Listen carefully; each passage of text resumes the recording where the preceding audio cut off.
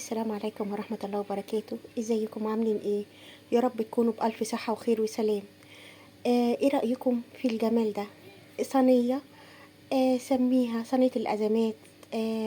سايحة ونايحة كده في بعضها، متغرقة بالجبنة الموزاريلا، حاجة كده تاخد العقل، ريحة وطعم وشكل، كل حاجة بمكونات اللي موجودة عندك.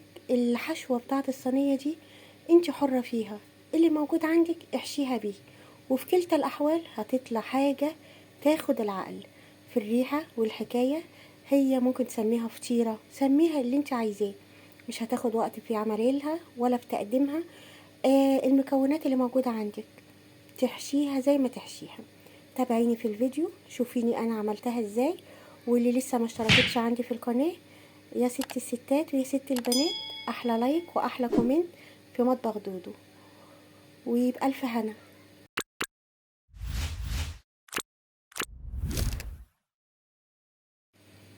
عندي لفة جلاش، هعمل ليها تشريبة حلوة قوي، هعملها احلى فطيرة من لفة الجلاش دي. اول حاجة هجيب طبق وهحط فيه سمنة وحليب وقشطة او علبة زبادي وبيضتين.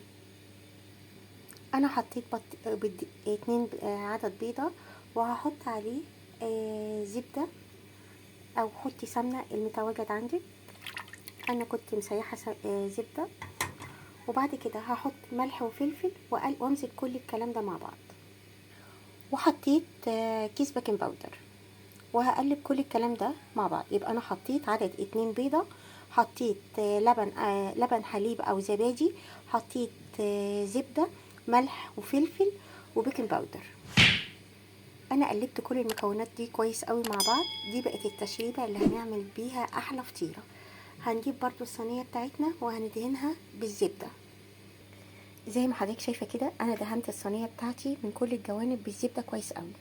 وبعد كده هجيب لفة الجلاش بتاعتي، هحط نص الورقة الجلاش في الصينية بتاعتي من جوه وهدهنها كويس قوي. وجبت برضو ورقة تانية وبرضو دهنتها كويس قوي. اساسي لازم تشربيها من التشريبة دي كويس قوي. وهخلص كل الكمية بتاعة الجلاش بتاعتي على ده الطريقة. وبرضو حطيت الورقة التالتة بنفس الطريقة، الورقتين الاولين دي برضو هعمل الجزء الرابع وهخلص كل الكمية بنفس الطريقة. انا كده خلصت كل الكمية بتاعتي. كده انا هحط الحشوة في النص، وحضرتك تقدري تعملي الحشوة اللي انت حاطاها زي ما انت شايفة كده بالظبط. انا حطيت الحشوة معاها ميكس جبن، غرقتها جبن، ودي طبعا اختياري زي ما انت حابة.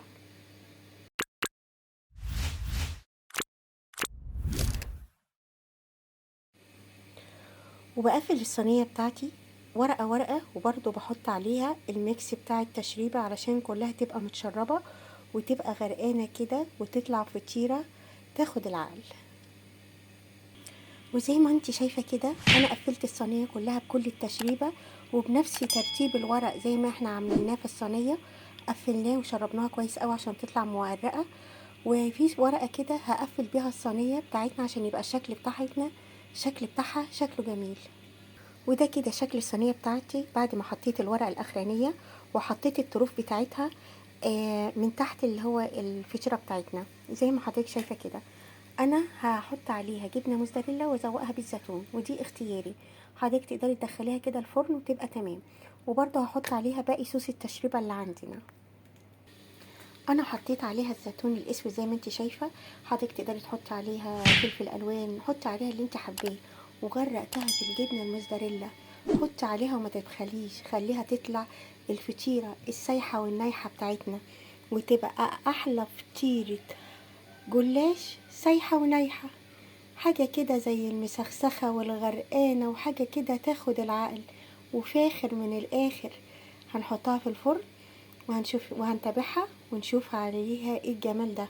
وهندلعها كمان بأحلى معلقتين زبدة كده. ما هي يلا بقى اخربيها وخلي كل أحلى فطيرة، وما تشتريهاش من بره تاني، وتبقى حاجة كده تاخد العقل زي ما انت شايفة كده. وحطيت عليها معلقتين الزبدة. يلا الشلة عن حد حوش، وتاخد كده الصينية وندخلها على طول على فرن ساخن على درجة 200 ونشوف الجمال ده هيبقى شكله ايه في الاخر.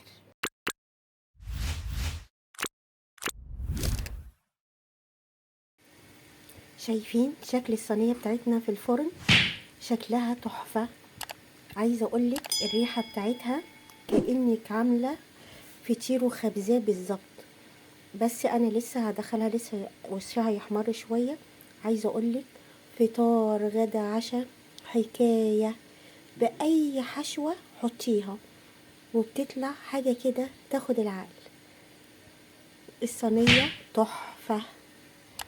انا خرجتها، حطيت عليها ميكس جبن زي ما حضرتك شايفة، جبنة موزاريلا وجبنة شيدر، وهدخلها تاني. شايفة الجمال؟ ابتدى ميكس الجبن بتاعنا يسيح وياخد الصينية السايحة والنايحة بتاعتنا في سكة تانية خالص، وهتبقى احلى فطيرة من غير عجن او خبز. حاجة كده تحفة.